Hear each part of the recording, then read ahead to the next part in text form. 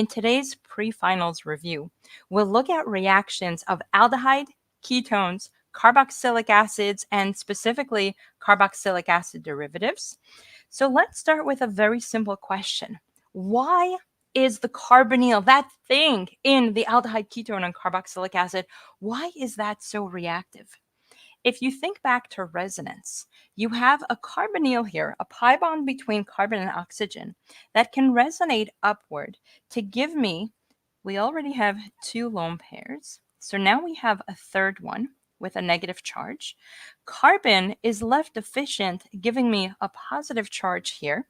And even though we're not going to see it looking like that, when we see the carbonyl, knowing that that is the resonance that can take place, that carbonyl, even though it looks neutral and unreacted, it doesn't look like it wants to do anything here. Don't forget that partially positive carbon and that partially negative oxygen. And that means we can react it with two key mechanisms. The first one is taking a nucleophile and attacking directly at that partially positive carbonyl carbon.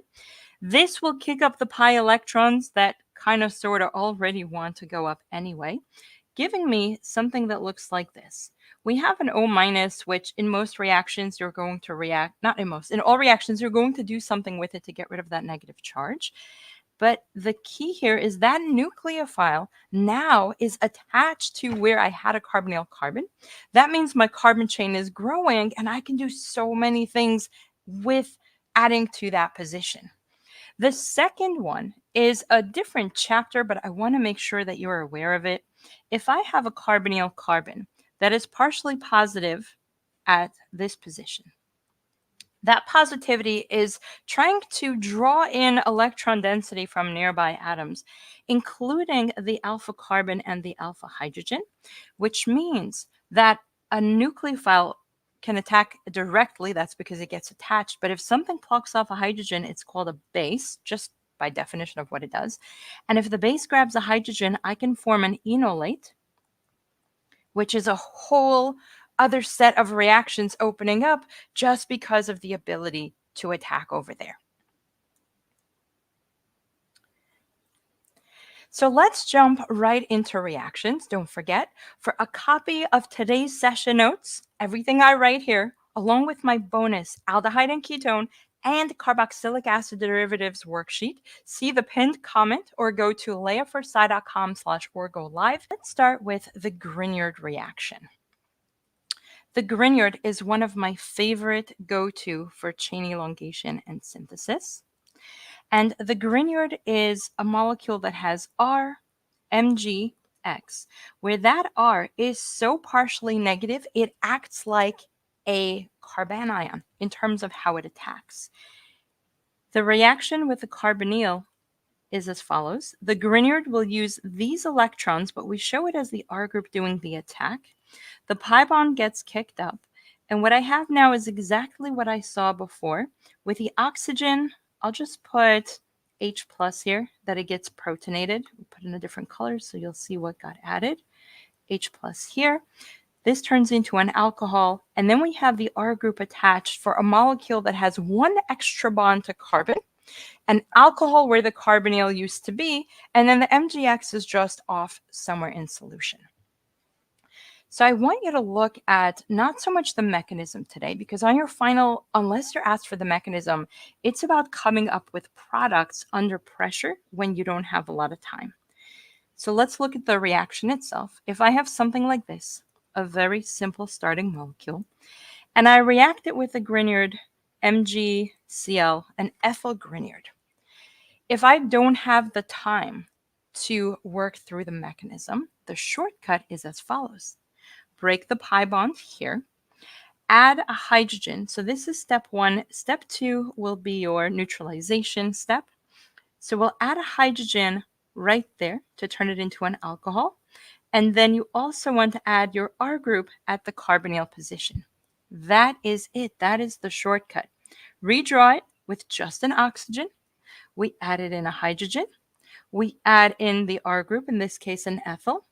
And that is my final product.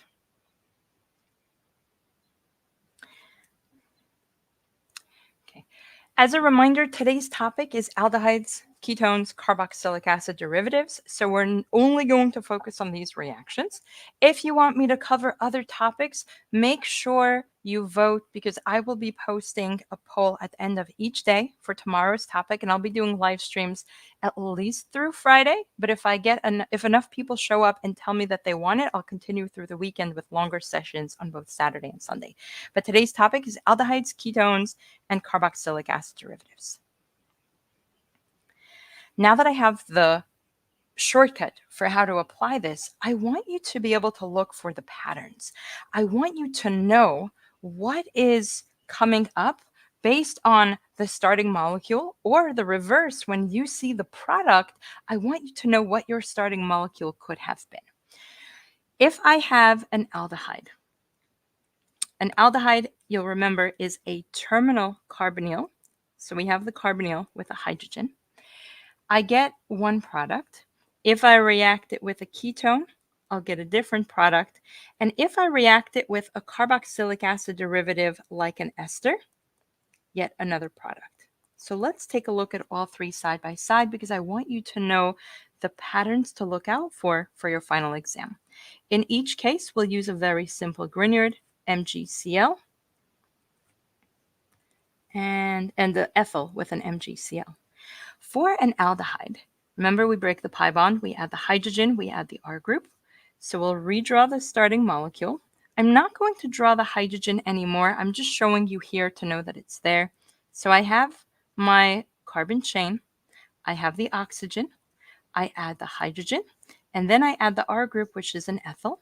Notice that when I started with an aldehyde, I wound up with a secondary alcohol. If I start with a ketone, what happens if I apply the same trick and shortcut? Break the pi bond, add a hydrogen, add the R group. Make a note here to add the R group. I have my ketone, which is the carbon chain of the ketone is just the skeleton here, 3 carbons. I add an O, I add the H, and I add my incoming R group. My ketone gave me a tertiary alcohol. This one looks like a spider trying to crawl off the screen. If I have an ester or another reactive carboxylic acid derivative, if I have a good leaving group, what is going to happen here? The reaction will happen twice. Carboxylic acid derivatives, as we'll see when we get to that later in today's session, because they have a good leaving group, will reform into a carbonyl, and that means we can attack twice. And so the trick here, the shortcut, is you break the pi bond, you add a hydrogen, you get rid of the leaving group as well, and then you add the R group twice. What does that look like? 1, 2. So I have my 2 carbons, I have the O, I have the H, and now my R group is once and twice. I'm going to change the starting molecule here because I want to point something out. So I just made that chain a little bit longer. You know what? To prove my point, I need to make it even longer. Okay. So here, if we have a carboxylic acid derivative, my product is also a tertiary alcohol. The difference between these two, in terms of trying to figure out the synthesis, is if you need 3 unique R groups, then you want to start with an asymmetrical ketone. Notice that we have an ethyl, a methyl, and an isopropyl. That's because my starting molecule had a methyl and an isopropyl, and I brought in an ethyl. But when I use a carboxylic acid derivative, the incoming group is the same, and so I'm going to get some symmetry. So this is up to 1 to 2 unique groups. And the reason I say 1 to 2 is if I started with a slightly longer chain, it would have been just 3 ethyls and the carbon holding the alcohol. So with this in mind, what is it going to look like in a synthesis question? Let's jump over and draw a molecule like this. As I'm drawing it out, I want you to let me know in the comments, yes, even if you're watching the recording, do you think that this problem is easy, medium, or hard, where you want to synthesize this from a Grignard using any reagents that you can think of, you just have to come up with a starting molecule. What do you think? Easy, medium, or hard? And hello to the students who joined us. Welcome, Jonathan. It is nice to see you. I showed you how to come up with the product, how to mark it up, but I want to show you how to break it up so that you can come up with the reactants as well.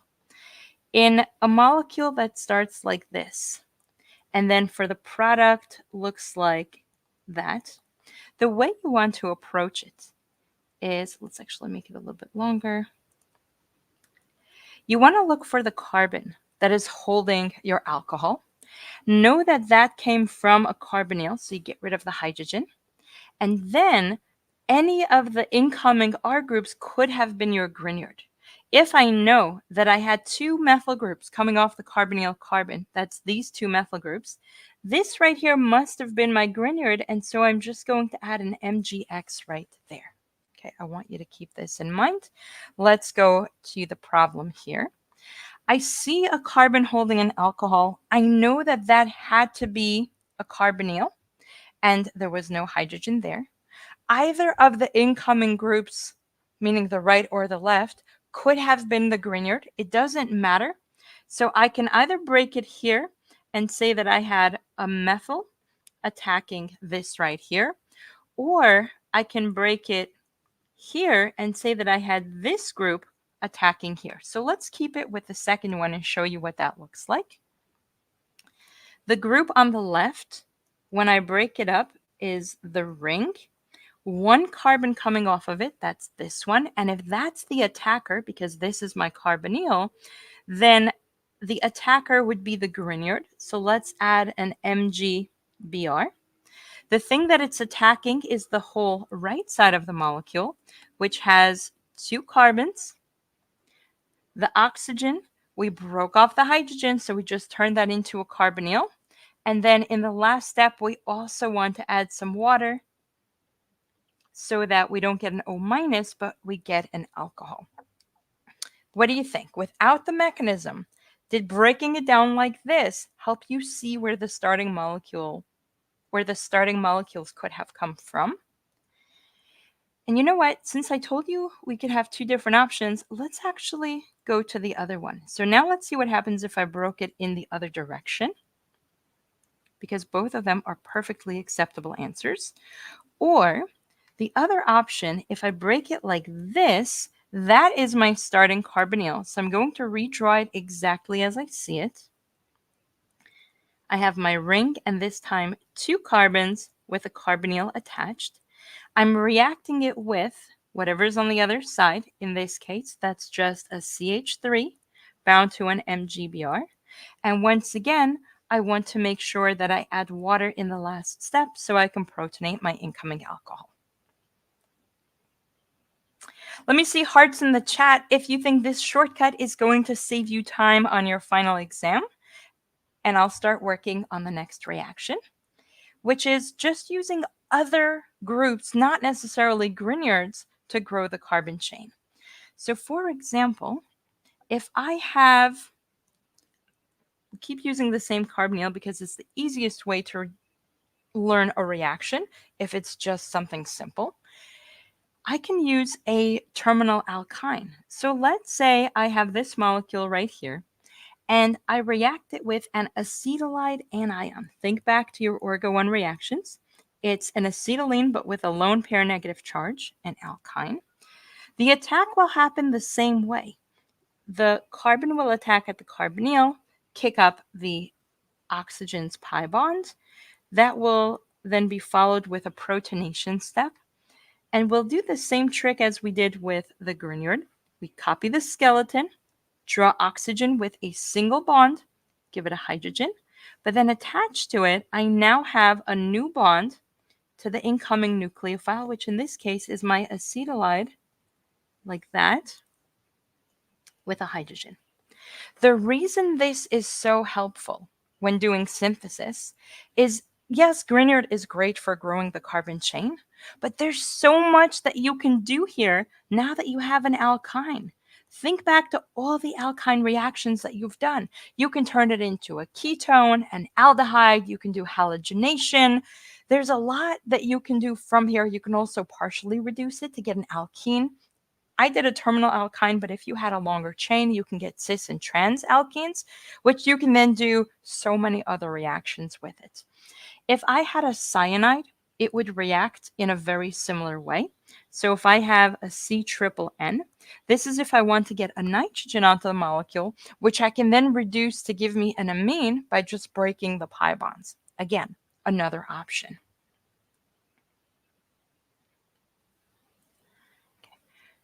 All right, let me know if you have questions so far. If you're watching the recording, post your questions in the comments. I do try to check and respond to all YouTube comments, and so I will try to get to them as quickly as I can. Let's move on to redox, because you can't forget oxidation and reduction when talking about carbonyls.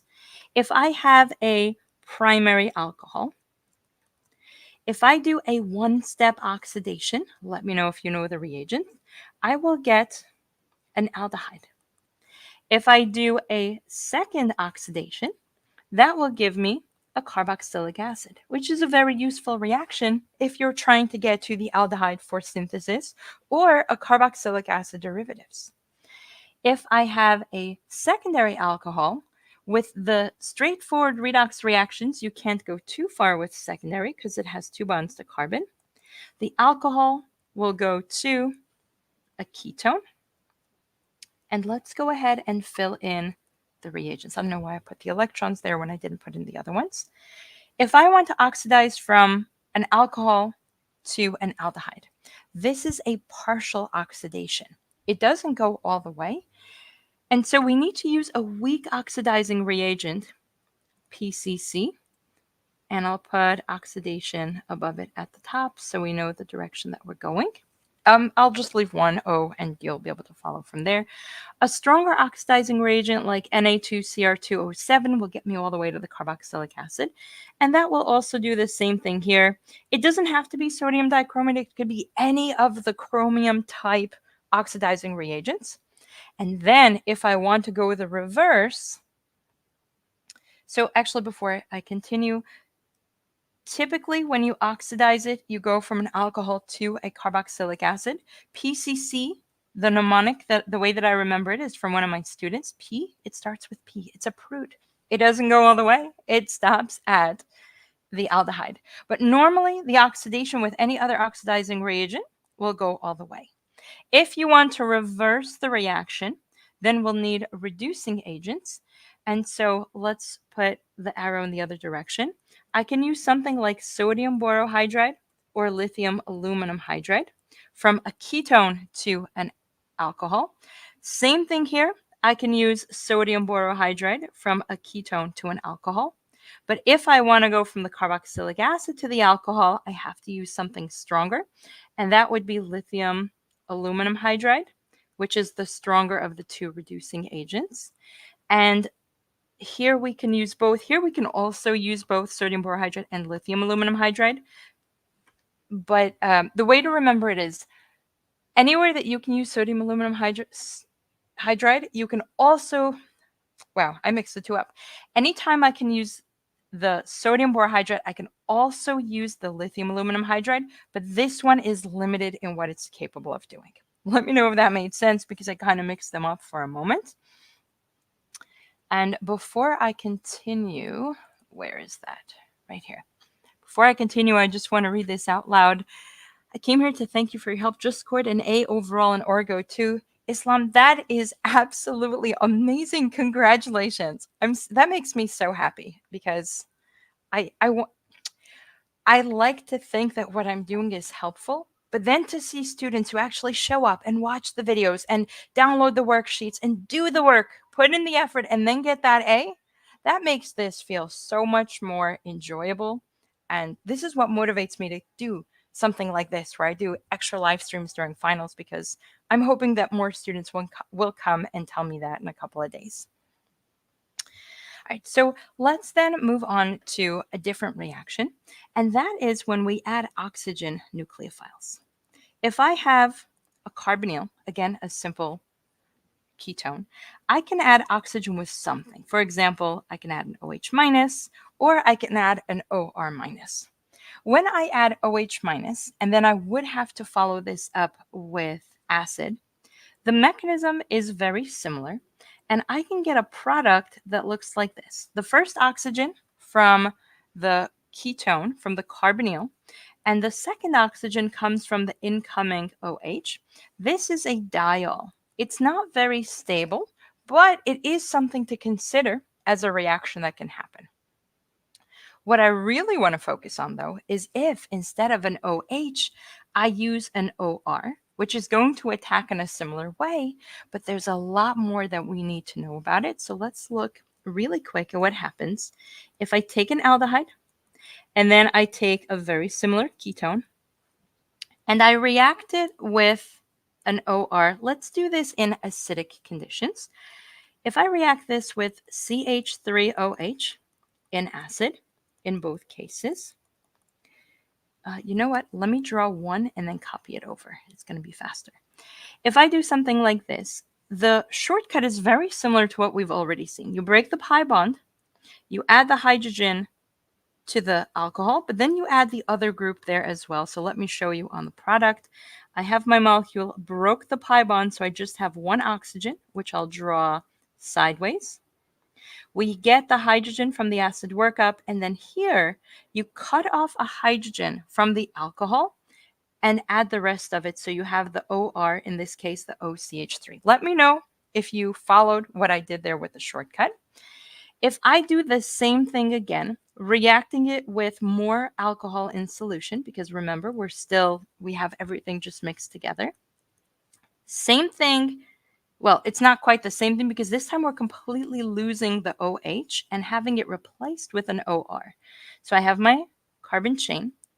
I have the first OCH3 that I added in step 1. Once again, I cut off a hydrogen.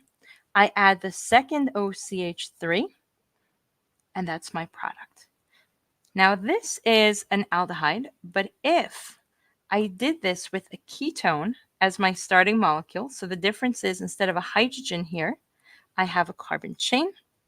Everything is the same, except I just need to add in my carbon chain. So here's what I want you to pay attention to. I started with an aldehyde. I started with a ketone. The name for the molecule that I formed, the final product here, this is called an acetal. And this right here is called a ketal. Acetal from aldehyde, the A for aldehyde, and ketal from ketone.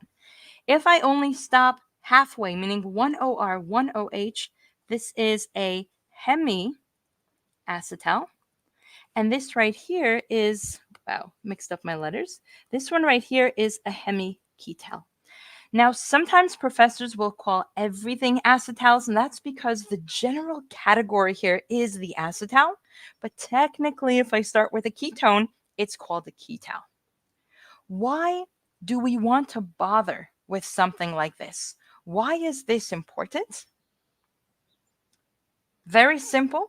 I'm going to show you, but let me know in the comments if you want to see it demonstrated with an easy, medium, or tricky question. The reason why this is so important is if you think about what I have here, the acetal and the ketal, it's a diether. I have two ethers sitting on the same molecule. Ethers are not very reactive. Carbonyls are reactive. And so if I want to do a reaction where I want part of my molecule to react, but I don't want to react the carbonyl, the aldehyde, or the ketone, I can use the acetal as a protecting group. Let's say I have a starting molecule that looks like this. And I have a carbonyl right here. I have an ester sticking out the other side. And I want to do a reaction where I showed you earlier that if I attack an ester with a Grignard, it will attack twice. And that is my goal. I want to form a product where I add an ethyl Grignard, we'll use MGBR, And ideally, if I attack it twice, I would want to get a product that looks like this.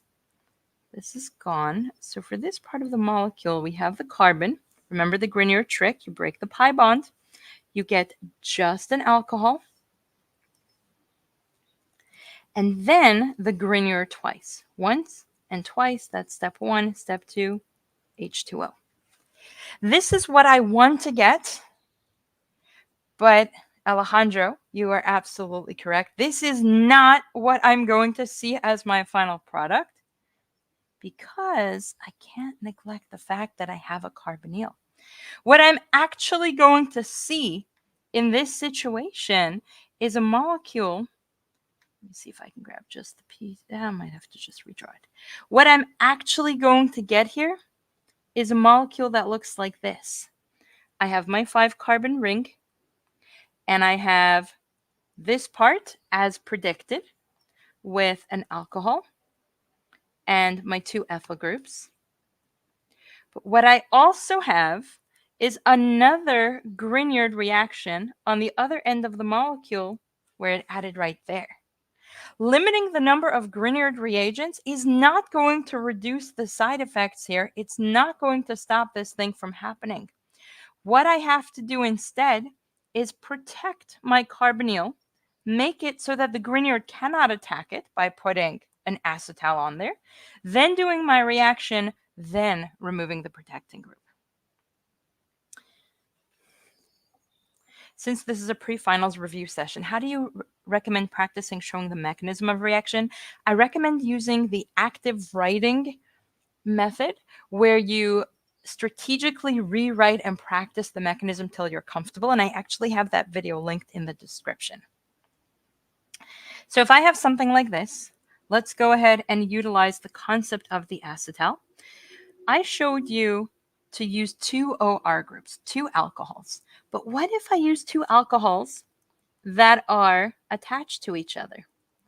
So how will your professors show it? You'll probably see it something like this. You see the 2 alcohols? But look at that. One molecule with the 2 alcohols in it. This is ethylene glycol, a must-know protecting group. And this will add only to the aldehyde or ketone to give me a very protected molecule that looks like this. But now, here's the trick for it. What you do if you want to quickly come up with the acetal without wasting time drawing the mechanism, you cross out the carbonyl and you just draw 2 bonds to your oxygen and you put your R groups there. So let's see what that looks like. Carbonyl is gone. I have 2 bonds. My oxygen, the hydrogens come off, and then I have 2 carbons connecting them. So there we go. That is my protected group. Now that I have the protected group, the next step, I can react the Grignard as we wanted. So that is my ethyl MgBr as step 1. We're just going to leave it as step 1 for now because I want to show you what actually happens. The ester is gone. In its place, I have the carbon, 1 oxygen, but it's an O minus because the Grignard, when it's not a complete mechanism, has an O minus. But I do have my 2 incoming ethyl groups, 1 and 2. And now in the next step, when I use acid to neutralize the alcohol to finish that Grignard reaction, we'll use H3O+. Alcohol is also how I remove the protecting group. Acid and water is how I remove the protecting group. And the trick for that is very simple. Remove your oxygen, and put a carbonyl right there. So what does that look like for my final product? Let's copy it over. What do I have here? I showed you that I just put a carbonyl right there. Acetal is gone. And of course, this right here got protonated. So I have a neutral alcohol as my final product. And this is why the Grignard reaction, why the acetal is so important to know because of the protecting group. Question: how do we know which carbonyl the protecting group will get added to? That is a very, very good question. The protecting group will specifically add to the aldehyde or the ketone, not a carboxylic acid and not an ester. So that is what we're protecting. Anytime you're given a molecule and you want to react the ester, you don't want to react the ketone or the aldehyde, that is when you use that acetal protecting group. Very good question. And for anyone else who was wondering, let me know if that is clear. And then for the next one, I want to move on to the Wittig reaction. So let me know in the comments, did you find the Wittig reaction to be a bit confusing? And if yes, let me know if you want to learn a really fun, in my opinion, shortcut for how to get this right every time without having to spin any molecules in your head. Also, give this video a thumbs up if you're liking it so far. Give this video a thumbs up if you're finding it helpful. It helps with other students finding it. It helps my channel, so I really, really appreciate it. Like and subscribe if you haven't already. The Wittig reaction has a little bit of a confusing mechanism because of the concerted cyclic motion of electrons. Today, we're just going to look at the trick. If I have a simple molecule like this, and I react it with some kind of R group. So we'll do just an R group attached to a pH3. So this is the piece that is my clue that I have a Wittig reaction coming up. The product is ultimately replacing the oxygen with a new pi bond to the incoming R group. In that case, in our case here, this is the reaction. This is the product. So the shortcut, and what I want you to look out for to get this right quickly on your exam, is very simple. Cross out your oxygen, but keep the pi bond. Find the PPH3, whatever's directly attached to it, attached to your carbonyl carbon, and everything else just comes along with it. So notice once again what I did here. I redrew this portion right here. The carbon that was attached was this one right there. And that carbon had two methyl groups coming out of it. That's that one right there. So let's look at it with a more involved problem just to make sure you're comfortable. Say I have a starting molecule that looks like this. I have a ring. Professors love to use rings. Let me know if your professor likes to trick you by just throwing rings onto everything. And you're told to react this with something that looks like this.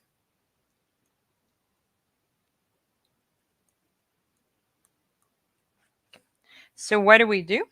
First, we start with redrawing the carbon chain, the skeleton, exactly as we see it. I almost drew that into a hexagon. Redraw the pi bond, but don't grab the oxygen. Find the carbon that is directly attached to the P and add everything to it. So we have this carbon has one coming out of it. So let's number it to make sure we don't miss anything. 1, 2, 3, 4 with a methyl group. So that is 1, 2, 3, 4, and a methyl group coming out of 2. And there we go. No mechanism, no crazy manipulation. We just identified the pieces. And there we have it.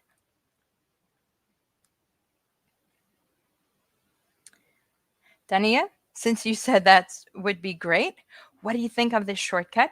And do you want to see how to find the reactants when given the products? Because sometimes you're simply given a molecule that looks something like this. And this might be part of a bigger synthesis where, say you have a molecule and you want to do a Wittig, or you know a Wittig will happen, or you need to then add something to the alkene. There's a lot of different ways that this will come up in synthesis, but you want to know what it came from using Wittig. All you do is find your pi bond. That is right here. And then in this case, we could actually go in either direction. One of the two carbons holding the pi bond used to have an oxygen. So we break it right there. And in this case, let's say that this right here came from the carbonyl, and that right there was the incoming ylide, or ylid, however your professor pronounces it. which means our starting molecule looked like this. We have this piece right here, the double bond, but instead of a carbon, it is now an oxygen. And the other piece is just the 2 carbons attached to the PPH3. And make sure that you don't put the P right there because then it's only 1 carbon. Make sure you have both carbons. Count them. 1, 2, 1, 2. And that's it. That is how you reverse a Wittig reaction. Now, I said that this could come up in synthesis, so let me show you. I was going to say an easy, or then I was going to call it something else. You tell me, what do you think? Easy, medium, or hard?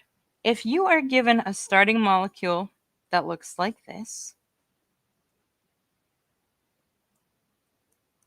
and you are told somehow, some way, using whatever reagents and reactions that you know, to come up with a molecule that looks like this. If you watch my synthesis video, I teach you to ask 2 questions to figure out what to do. Question number 1, what is the same? And question number 2, what is different? So what is the same is the fact that I have a cyclohexane for each of these molecules. And let me know in the comments if you think this is easy, medium, or hard. Dania, let's see if you can get it with this one. What is different is that I seem to have added a carbon into my carbonyl. Oh, so now I just thought of a couple of different reactions. There's more than one way that you can solve this based on only what I taught you today. So let's see if we can do both of them, because I didn't realize there's another way to do this as well. When I write the problem, I only think of what I'm trying to teach you, but sometimes there's another way. In this case, I see a carbonyl, and I'm thinking, okay, I want to add a carbon. And in wanting to, you know what? No, I was thinking Grignard, but the carbonyl moved position. So what's different is that I added +1 carbon and the carbonyl moved. So what reaction do you know that will add 1 carbon and move the carbonyl? Dania, yes, this is meant to be a hard problem. So let's see if we can simplify it just a little bit.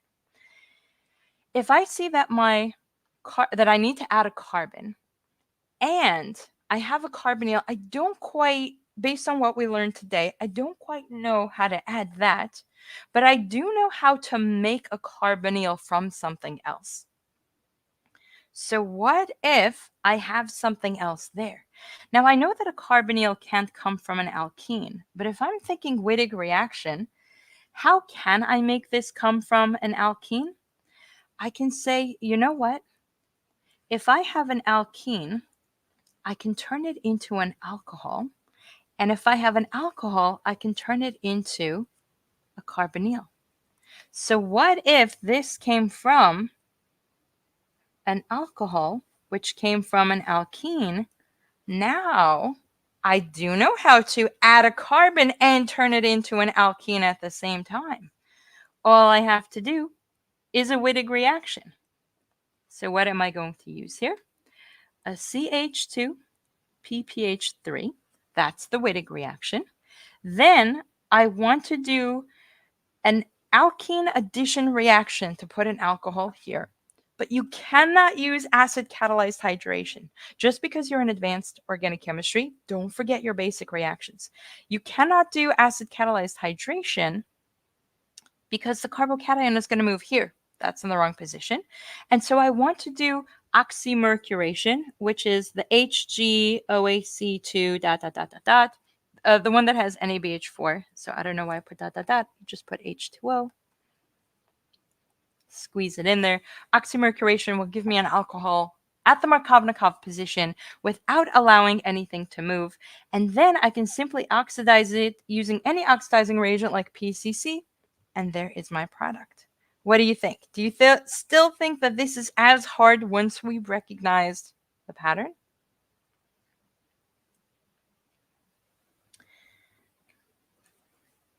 If you have any questions so far, let me know in the comments. Otherwise, we'll move over to carboxylic acid derivatives, because I do need to make sure I finish in time to go pick up my kiddo from daycare. Done it a little bit. Make sure you rewatch it, review the notes, review everything I did, and don't forget, if you sign up using the link on the screen, layerforsci.com/orgolive, you'll get a copy of my session notes and a practice worksheet for aldehydes and ketones and carboxylic acid derivatives to make sure that you're really solid and comfortable with everything I am teaching today. All right, so for carboxylic acid derivatives, if you're ready to learn a whole new set of shortcuts, first let me remind you, if you're not subscribed yet, come on, go ahead and subscribe. Guys, I have a goal. I'm trying to reach 1 million subscribers in the next, I'm giving myself 5 years. So I need you to help me. Go ahead and hit subscribe. And let's look at the idea of a derivative. If I have a carboxylic acid and I replace this OH group with anything else, I think in some of your books, they will use the letter Y rather than the letter X. And the reason for that is the letter X means halogen, and that is just one of the derivatives. This right here is derived from a carboxylic acid, and that is why it's called a carboxylic acid derivative. The main ones that you are going to learn and have to react are as follows. If I have a carboxylic acid with a halogen, for example, chlorine, this is the most reactive of the derivatives. Slightly less reactive is if I have the derivative with what looks like another carboxylic acid attached right there.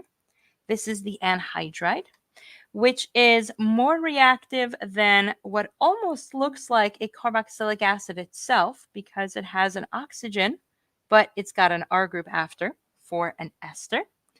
And last but not least, the least reactive, meaning the one that is most likely to just stay as it is if I have a derivative that has a nitrogen, and the nitrogen could have hydrogens, R groups, or both, depending on how substituted you want your amide. So for example, I could have an NH2, or I could have something like an NH with R groups or 2 R groups. They're all just different types of amides. The basic mechanism for replacing a derivative is very simple, and I'm going to show it to you on the acid halide because the trick is if you have to make a derivative and you forget, just find a way to get your acid halide and then take whatever that purple group is, attack the acid halide. That is the easiest mechanism to get your derivative. So for example, if I react this with NaOCH3, that's an OR minus. Na plus is a positive spectator. The O minus will attack the carbonyl, kick up the electrons, kick down the electrons, kick out the chlorine. And look at that. The absolute easiest mechanism ever. And I have my ester formed. So again, when in doubt, turn your carboxylic acid into an acid halide and then do the reaction I just showed you. How do you turn a carboxylic acid into an acid halide? That would actually be a helpful reaction if I'm telling you to use this in your mechanism arsenal. If I have a carboxylic acid and I react it with SOCl2 in pyridine, this is how I get my acid halide. The chlorine comes from right there. The SO portion makes the OH into a very good leaving group, and boom, you got your derivative. Now, I mentioned that you can also, I mentioned the reactivity. This is the most reactive, this is the least reactive, which means you can typically make anything on the right from anything on the left. So I can take this right here, attack it with the NCH3, that group right there, and boom, I'll get the amide. I can take the OR I just showed you, attack it right there. I can also take the OR and attack that right there. So I can take the more reactive derivative, attack it with one of these, and make the less reactive derivative. But what about making it from a carboxylic acid, which is about as reactive as an ester? And that's because chemically it looks very similar to an ester. It just happens to have an R group rather than happens to have a hydrogen rather than an R group. Question. Is it like when you attack with NaCN, you'll get a CN instead of a Cl? Yeah, Cn minus has a negative carbon and that will do the attack. Absolutely correct. Given what I shared about the reactivity, can I do something like this where I take a carboxylic acid and I react it with an OR minus, for example, NaOET, and expect to get an ester? Would that work? If you're watching the recording, let me know in the comments what you think about something like this. And the answer is, do not forget the basics, no pun intended, of how reactions work. If I have a carboxylic acid, that's an acid, and I react it with NaOET, which is a very strong base, yes, you will get a reaction, but the reaction is going to look very different. Your carboxylic acid has an acidic hydrogen right there. And if I bring an OR minus, in this case an OET, that's my ethyl group, this is going to give me a very simple and not ideal acid-base reaction where my product is a resonance stabilized carboxylate anion and alcohol. Useless in the situation of what I'm trying to accomplish here. So don't forget your basics, no pun intended, of the acid-base reaction. So the question then is, how do I go between the ester and the carboxylic acid? This is a very, very important reaction that you have to know called Fischer esterification, named after the scientist who came up with it, and no relation to me because my name is Fish, not Fisher, but similar spelling. With Fischer esterification, what you do is instead of reacting with a base, you react with acid. So we'll take that same alcohol, and this time I'll draw it in line structure. You use an acid catalyst, and the product will look like this. Let me show you a shortcut for coming up with this product. You find your carboxylic acid, and you break between the carbonyl and the oxygen, and you also break this up right there. The green hydrogen goes on to the O portion, and whatever is on the oxygen goes with the oxygen onto the carbonyl portion. So that means I now have my ester right here, the oxygen and the R group, plus my green hydrogen now bound to the purple OH that came off of the carboxylic acid. That's the shortcut. Just break it and stick the pieces on. If I want to reverse this reaction, this is called the hydrolysis, also acid catalyzed. Hydrolysis of an ester, it's called ester hydrolysis, but I didn't write the whole thing out. Hydrolysis of an ester will have the same shortcut, so let's draw it out like this. If I react this with H2O and an acid catalyst, so the catalyst will be shown on top. I showed it backwards before, but it should really be shown like this. Catalyst on the top, solvent on the bottom. A lot of professors mix it up, so don't hold it against them. It's a very common mistake, but the reagent goes on the top and the solvent goes on the bottom. The shortcut is exactly the same. You break between the carbonyl and the oxygen. The hydrogen, the acid catalyst, goes onto the oxygen that you break off, just as we did here. Notice it's the same exact shortcut. And then with H2O, you saw how I broke between the O and the H? Let me draw out the H2O so you'll see how it happens the same way. I break right there. And this portion, the O and whatever's attached to it, goes right there next to the carbonyl. So that gives me my carbonyl, the purple OH, that's my carboxylic acid, and in solution I have this right here with the hydrogen, the oxygen, and my R group. What do you think of this shortcut? Do you see it saving you a couple of seconds on your exam? Question: can it be OH and H2O also? For this reaction, no. As I just showed you, the OH minus would attack the acidic hydrogen. But if you don't have an acidic hydrogen, that's a really good question because hydrolysis doesn't have to happen in acid. It can also happen in base. I can have an OH minus attacking and kicking out the OR, and you get the same product. You just have to protonate it at the end. So let me show you. And in fact, I could literally copy this over because it's pretty much the same reaction. So let's change it up. Instead of an H plus and H2O, we'll make it an OH minus. And then the trick is the same, but this would be the OH like this. And this looks like the product, except we still have negative in solution.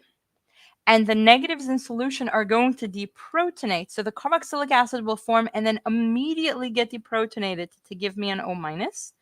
And so you have to add one more step where you add in H plus, and that is how you get your carboxylic acid when you're starting with a base or a negative solution. So I'll show the H plus right there. One extra step is required. And so you have the green oxygen here from the base attacking and the blue hydrogen from the protonation in the last step. That was a really good question. Let me know if that helps. And any additional questions related to the topic of today, please go ahead and type them in. Rinky, I'll come back to your question at the end. Now, this doesn't have to be just linear. So as I draw out the next problem, let me know if you think that if you consider this problem to be easy, medium, or hard. Say I have a starting molecule that looks like this. And now we're going back to just carboxylic acid derivatives in general. It doesn't just have to be the last reaction we did. If I have this reaction and I want to react it with MgCl, step 1, step 2, H3O plus or just H2O. So the trick of breaking open an ester, we already looked at Grignards earlier and you saw that it'll get attacked twice. Actually, you know what? I want to show you this problem in 2 ways because I want to show you the different tricks that you can apply to it. So the first one, MgCl, but the second one, let's just use acid and water because I think that this is a good opportunity to review the tricks and more. Let's do this one first because we just finished this topic above. Even though it's a ring, the shortcut still works. You break it open right there. You put an OH by the carbonyl. You put a hydrogen there. Just because it's a cyclic molecule doesn't change anything. We number it and we know exactly what to do. Open it up so it's linear. 1, 2, 3, 4, 5. Carbon 1 had a purple carbonyl, and it gets the light blue OH added. Carbon 5 had an oxygen, and it got protonated to give me a hydrogen. Look at that. For the Grignard, we have the same thing. So remember the trick for the Grignard with an ester was I told you to cross out the O.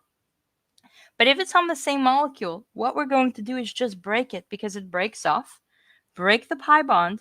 You want to add the R group twice, and here you add a hydrogen. What does that look like? 1, 2, 3, 4, 5. Let's draw our 5 carbons. 1, 2, 3, 4, 5. Carbon 1, we're going to need a lot more room for this. And I numbered it from this direction. It doesn't matter right or left, but you want to be consistent. And carbon 1 gets an O, an H because it got protonated at the carbonyl, so we forgot to put that in here, and 2 R groups, 1 and 2. And then carbon 5 had an oxygen. We protonate it, and there's our alcohol. So what do you think? Easy, medium, or hard? Let me know in the comments. For even more practice on everything we covered today, aldehydes, ketones, carboxylic acids, and carboxylic acid derivatives, click the link in the pinned comment or go to leahforsci.com/orgolive. You'll get a copy of tonight's session notes, everything I drew here today, along with 2 bonus worksheets on aldehydes and ketones and carboxylic acid derivatives so that you can do even more practice.